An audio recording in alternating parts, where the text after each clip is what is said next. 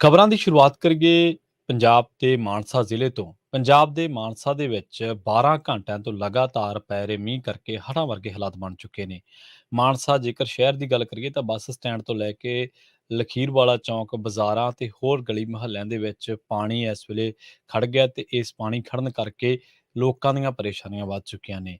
ਦੱਸ ਦਈਏ ਕਿ ਇੱਥੇ ਵੀਰਵਾਰ ਤੋਂ ਹੀ ਜਿਹੜਾ ਮੀਂਹ ਆ ਉਹ ਲਗਾਤਾਰ ਪੈ ਰਿਹਾ ਹੈ ਤੇ ਹੁਣ ਮਾਨਸਾ ਸ਼ਹਿਰ ਦੇ ਕਈ ਬਾਜ਼ਾਰ ਜਿਹੜੇ ਆ ਬੰਦ ਹੋ ਗਏ ਨੇ ਤੇ ਕਈ ਦੁਕਾਨਾਂ ਦੇ ਵਿੱਚ ਪਾਣੀ ਭਰ ਗਿਆ। ਮਾਨਸਾ ਦਾ ਅੰਡਰ ਬ੍ਰਿਜ ਵੀ ਪਾਣੀ ਨਾਲ ਭਰ ਗਿਆ। ਬੱਸ ਸਟੈਂਡ ਤੇ ਨਗਰ ਪ੍ਰੀਸ਼ਦ ਦੇ ਸਾਹਮਣੇ ਜਿਹੜੇ ਚੌਂਕ ਨੇ, ਉੱਥੇ ਵੀ ਕਈ ਫੁੱਟ ਪਾਣੀ ਨਜ਼ਰ ਆ ਰਿਹਾ। ਇਹੀ ਹਾਲਾਤ ਮਾਨਸਾ ਦੇ ਬਹੁਤੇ ਪਿੰਡਾਂ ਦਾ ਹੈ, ਜਿੱਥੇ ਮੀਂਹ ਪੈਣ ਕਰਕੇ ਲਗਾਤਾਰ ਮੀਂਹ ਪੈਣ ਕਰਕੇ ਖੇਤਾਂ ਦੇ ਵਿੱਚ ਕਈ ਫੁੱਟ ਪਾਣੀ ਖੜ ਗਿਆ, ਜਿਹਦੇ ਕਰਕੇ ਕਿਸਾਨਾਂ ਦੀਆਂ ਜਿਹੜੀਆਂ ਫਸਲਾਂ ਉਹ ਵੱਡੀ ਗਿਣਤੀ ਦੇ ਵਿੱਚ ਨੁਕਸਾਨੀਆਂ ਗਈਆਂ ਨੇ।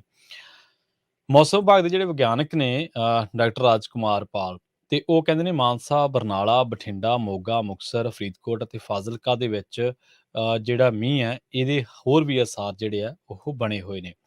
ਉਧਰ ਦੂਜੇ ਪਾਸੇ ਬੇਮੌਸਮੇ ਮੀਂਹ ਤੇ ਤੇਜ਼ ਹਵਾਵਾਂ ਨੇ ਕਿਸਾਨਾਂ ਦਾ ਫਿਕਰ ਵਧਾ ਦਿੱਤਾ ਹੈ। ਲਗਾਤਾਰ ਪੈ ਰਹੇ ਮੀਂਹ ਕਰਕੇ ਝੋਨੇ ਸਣੇ ਸੌਣੇ ਦੀਆਂ ਕਈ ਹੋਰ ਫਸਲਾਂ ਦਾ ਵੱਡਾ ਨੁਕਸਾਨ ਹੋਇਆ ਹੈ। ਪਿਛਲੇ 24 ਘੰਟਿਆਂ ਦੀ ਜੇ ਗੱਲ ਕਰੀਏ ਤਾਂ ਪੰਜਾਬ ਦੇ ਵੱਡੇ ਹਿੱਸੇ ਦੇ ਵਿੱਚ ਮੀਂਹ ਪਿਆ ਤੇ ਤੇਜ਼ ਹਵਾਵਾਂ ਵਗੀਆਂ ਨੇ ਤੇ ਫਸਲਾਂ ਜ਼ਮੀਨ ਉੱਤੇ ਵਿਛ ਗਈਆਂ ਨੇ, ਖਾਸ ਕਰਕੇ ਝੋਨੇ, ਕਈ ਨਰਮਿਆਂ ਦਾ ਵੀ ਬਹੁਤ ਨੁਕਸਾਨ ਹੋਇਆ। ਪੰਜਾਬ ਦੇ ਵਿੱਚ 1 ਅਕਤੂਬਰ ਤੋਂ ਝੋਨੇ ਦੀ ਸ਼ੁਰੂ ਹੋਣ ਵਾਲੀ ਸਰਕਾਰੀ ਖਰੀਦ ਹੁਣ ਪਛੜਨ ਦਾ ਖਦਸ਼ਾ ਬਣ ਚੁੱਕਿਆ ਹੈ। ਲੰਘੇ 24 ਘੰਟਿਆਂ ਦੇ ਵਿੱਚ ਅੰਮ੍ਰਿਤਸਰ ਦੇ ਵਿੱਚ 23.3, ਸੰਗਰੂਰ ਦੇ ਵਿੱਚ 26.4 mm ਮੀਂਹ ਪਿਆ। ਇਸੇ ਤਰ੍ਹਾਂ ਫਾਜ਼ਿਲਕਾ, ਹੁਸ਼ਿਆਰਪੁਰ ਤੇ ਪਠਾਨਕੋਟ ਸੁੱਕੇ ਰਹੇ ਨੇ। ਫਾਜ਼ਿਲਕਾ ਦੇ ਵਿੱਚ ਹੁਣ ਮੀਂਹ ਪੈਣ ਦੀ ਪੇਸ਼ੀਨਗੋਈ ਜਿਹੜੀ ਆ ਉਹ ਕੀਤੀ ਗਈ ਹੈ। ਉਧਰ ਦੂਜੇ ਪਾਸੇ ਮੌਸਮ ਵਿਭਾਗ ਦਾ ਕਹਿਣਾ ਹੈ ਕਿ ਜਿਹੜਾ ਆਉਣ ਵਾਲੇ 1-2 ਦਿਨ ਆ ਉਹ ਥੋੜ੍ਹੇ ਕ੍ਰਿਟੀਕਲ ਹੈ। ਇਹ ਹੈ ਕਿ ਪੰਜਾਬ ਦੇ ਕੁਝ ਇਲਾਕੇ, ਖਾਸ ਕਰਕੇ ਮਾਲਵੇ ਦੇ ਹਿੱਸੇ ਤੇ ਮਾਝੇ ਦਾ ਕੁਝ ਹਿੱਸਾ ਤੇ ਦੁਆਬੇ ਦੇ ਕੁਝ ਹਿੱਸਿਆਂ ਦੇ ਵਿੱਚ ਜਿਹੜਾ ਮੀਂਹ ਆ ਉਹ ਹੁਣ ਹੋਰ ਪੈ ਸਕਦਾ ਹੈ। ਤੇ ਮੌਸਮ ਵਿਭਾਗ ਦੇ ਵਿਗਿਆਨੀਆਂ ਨੇ ਅਗਲੇ 2 ਦਿਨਾਂ ਤੱਕ ਹੋਰ ਮੀਂਹ ਪੈਣ ਦੀ ਭਵਿੱਖਬਾਣੀ ਕੀਤੀ। ਹਾਲਾਂਕਿ ਇਹ ਨਹੀਂ ਕਿਹਾ ਗਿਆ ਕਿ ਮੀਂਹ ਜਿਹੜਾ ਜ਼ਿਆਦਾ ਪਊਗਾ, ਪਰ ਜਿੰਨਾ ਕੁ ਮੀਂਹ ਪੈ ਚੁੱਕਿਆ ਉਸ ਮੀਂਹ ਨੇ ਕਿਸਾਨਾਂ ਦਾ ਬਹੁਤ ਵੱਡੀ ਪੱਧਰ ਤੇ ਨੁਕਸਾਨ ਕਰ ਦਿੱਤਾ ਹੈ। ਕਈ ਪਿੰਡਾਂ ਦੇ ਵਿੱਚ ਮੀਂਹ ਨੇ ਲਿੰਕ ਰੋਡ ਜਿਹੜੀਆਂ ਹੁੰਦੀਆਂ ਨੇ ਪਿੰਡਾਂ ਨੂੰ ਜਾਣ ਵਾਲੀਆਂ, ਉਹ ਸੜਕਾਂ ਜਿਹੜੀਆਂ ਨੇ ਉਹ ਤੋੜ ਦਿੱਤੀਆਂ ਨੇ। ਪੰਜਾਬ ਦੇ ਮਾਨਸਾ ਦੇ ਵਿੱਚ 12 ਘੰਟਿਆਂ ਤੋਂ ਲਗਾਤਾਰ ਪੈ ਰਹੇ ਮੀਂਹ ਕਰਕੇ ਹੜ੍ਹਾਂ ਵਰਗੇ ਹਾਲਾਤ ਬਣ ਚੁੱਕੇ ਨੇ। ਮਾਨਸਾ ਜੇਕਰ ਸ਼ਹਿਰ ਦੀ ਗੱਲ ਕਰੀਏ ਤਾਂ ਬੱਸ ਸਟੈਂਡ ਤੋਂ ਲੈ ਕੇ ਲਖੀਰਵਾਲਾ ਚੌਂਕ, ਬਾਜ਼ਾਰਾਂ ਤੇ ਹੋਰ ਗਲੀ ਮੁਹੱਲਿਆਂ ਦੇ ਵਿੱਚ ਪਾਣੀ ਇਸ ਵੇਲੇ ਖੜ ਗਿਆ ਤੇ ਇਸ ਪਾਣੀ ਖੜਨ ਕਰਕੇ ਲੋਕਾਂ ਦੀਆਂ ਪਰੇਸ਼ਾਨੀਆਂ ਵੱਧ ਚੁੱਕੀਆਂ ਨੇ।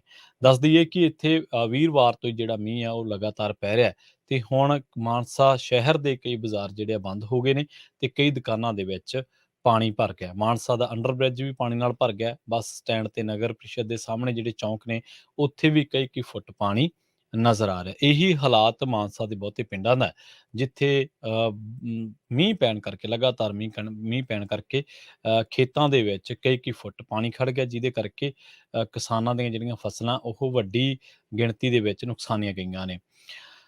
ਮੌਸਮ ਵਿਭਾਗ ਦੇ ਜਿਹੜੇ ਵਿਗਿਆਨਕ ਨੇ ਡਾਕਟਰ ਰਾਜ ਕੁਮਾਰ ਪਾਲ, ਤੇ ਉਹ ਕਹਿੰਦੇ ਨੇ ਮਾਨਸਾ, ਬਰਨਾਲਾ, ਬਠਿੰਡਾ, ਮੋਗਾ, ਮੁਕਤਸਰ, ਫਰੀਦਕੋਟ ਅਤੇ ਫਾਜ਼ਿਲਕਾ ਦੇ ਵਿੱਚ ਜਿਹੜਾ ਮੀਂਹ ਹੈ ਇਹਦੇ ਹੋਰ ਵੀ ਅਸਾਰ ਜਿਹੜੇ ਆ ਉਹ ਬਣੇ ਹੋਏ ਨੇ। ਉਧਰ ਦੂਜੇ ਪਾਸੇ ਬੇਮੌਸਮੇ ਮੀਂਹ ਤੇ ਤੇਜ਼ ਹਵਾਵਾਂ ਨੇ ਕਿਸਾਨਾਂ ਦਾ ਫਿਕਰ ਵਧਾ ਦਿੱਤਾ ਹੈ। ਲਗਾਤਾਰ ਪੈ ਰਹੇ ਮੀਂਹ ਕਰਕੇ ਝੋਨੇ ਸਣੇ ਸੌਣੇ ਦੀਆਂ ਕਈ ਹੋਰ ਫਸਲਾਂ ਦਾ ਵੱਡਾ ਨੁਕਸਾਨ ਹੋਇਆ ਹੈ। ਪਿਛਲੇ 24 ਘੰਟਿਆਂ ਦੀ ਜੇ ਗੱਲ ਕਰੀਏ ਤਾਂ ਪੰਜਾਬ ਦੇ ਵੱਡੇ ਹਿੱਸੇ ਦੇ ਵਿੱਚ ਮੀਂਹ ਪਿਆ ਤੇ ਤੇਜ਼ ਹਵਾਵਾਂ ਵਗੀਆਂ ਨੇ ਤੇ ਫਸਲਾਂ ਜ਼ਮੀਨ ਉੱਤੇ ਵਿਛ ਗਈਆਂ ਨੇ, ਖਾਸ ਕਰਕੇ ਝੋਨੇ, ਕਈ ਨਰਮਿਆਂ ਦਾ ਵੀ ਬਹੁਤ ਨੁਕਸਾਨ ਹੋਇਆ। ਪੰਜਾਬ ਦੇ ਵਿੱਚ 1 ਅਕਤੂਬਰ ਤੋਂ ਝੋਨੇ ਦੀ ਸ਼ੁਰੂ ਹੋਣ ਵਾਲੀ ਸਰਕਾਰੀ ਖਰੀਦ ਹੁਣ ਪਛੜਨ ਦਾ ਖਦਸ਼ਾ ਬਣ ਚੁੱਕਿਆ ਹੈ। ਲੰਘੇ 24 ਘੰਟਿਆਂ ਦੇ ਵਿੱਚ ਅੰਮ੍ਰਿਤਸਰ ਦੇ ਵਿੱਚ 23.3, ਸੰਗਰੂਰ ਦੇ ਵਿੱਚ 26.4 mm ਮੀਂਹ ਪਿਆ। ਇਸੇ ਤਰ੍ਹਾਂ ਫਾਜ਼ਿਲਕਾ, ਹੁਸ਼ਿਆਰਪੁਰ ਤੇ ਪਠਾਨਕੋਟ ਸੁੱਕੇ ਰਹੇ ਨੇ। ਫਾਜ਼ਿਲਕਾ ਦੇ ਵਿੱਚ ਹੁਣ ਮੀਂਹ ਪੈਣ ਦੀ ਪੇਸ਼ੀਨਗੋਈ ਜਿਹੜੀ ਆ ਉਹ ਕੀਤੀ ਗਈ ਹੈ। ਉਧਰ ਦੂਜੇ ਪਾਸੇ ਮੌਸਮ ਵਿਭਾਗ ਦਾ ਕਹਿਣਾ ਹੈ ਕਿ ਜਿਹੜਾ ਆਉਣ ਵਾਲੇ 1-2 ਦਿਨ ਆ ਉਹ ਥੋੜ੍ਹੇ ਕ੍ਰਿਟੀਕਲ ਹੈ। ਇਹ ਹੈ ਕਿ ਪੰਜਾਬ ਦੇ ਕੁਝ ਇਲਾਕੇ, ਖਾਸ ਕਰਕੇ ਮਾਲਵੇ ਦੇ ਹਿੱਸੇ ਤੇ ਮਾਝੇ ਦਾ ਕੁਝ ਹਿੱਸਾ ਤੇ ਦੁਆਬੇ ਦੇ ਕੁਝ ਹਿੱਸਿਆਂ ਦੇ ਵਿੱਚ ਜਿਹੜਾ ਮੀਂਹ ਆ ਉਹ ਹੁਣ ਹੋਰ ਪੈ ਸਕਦਾ ਹੈ।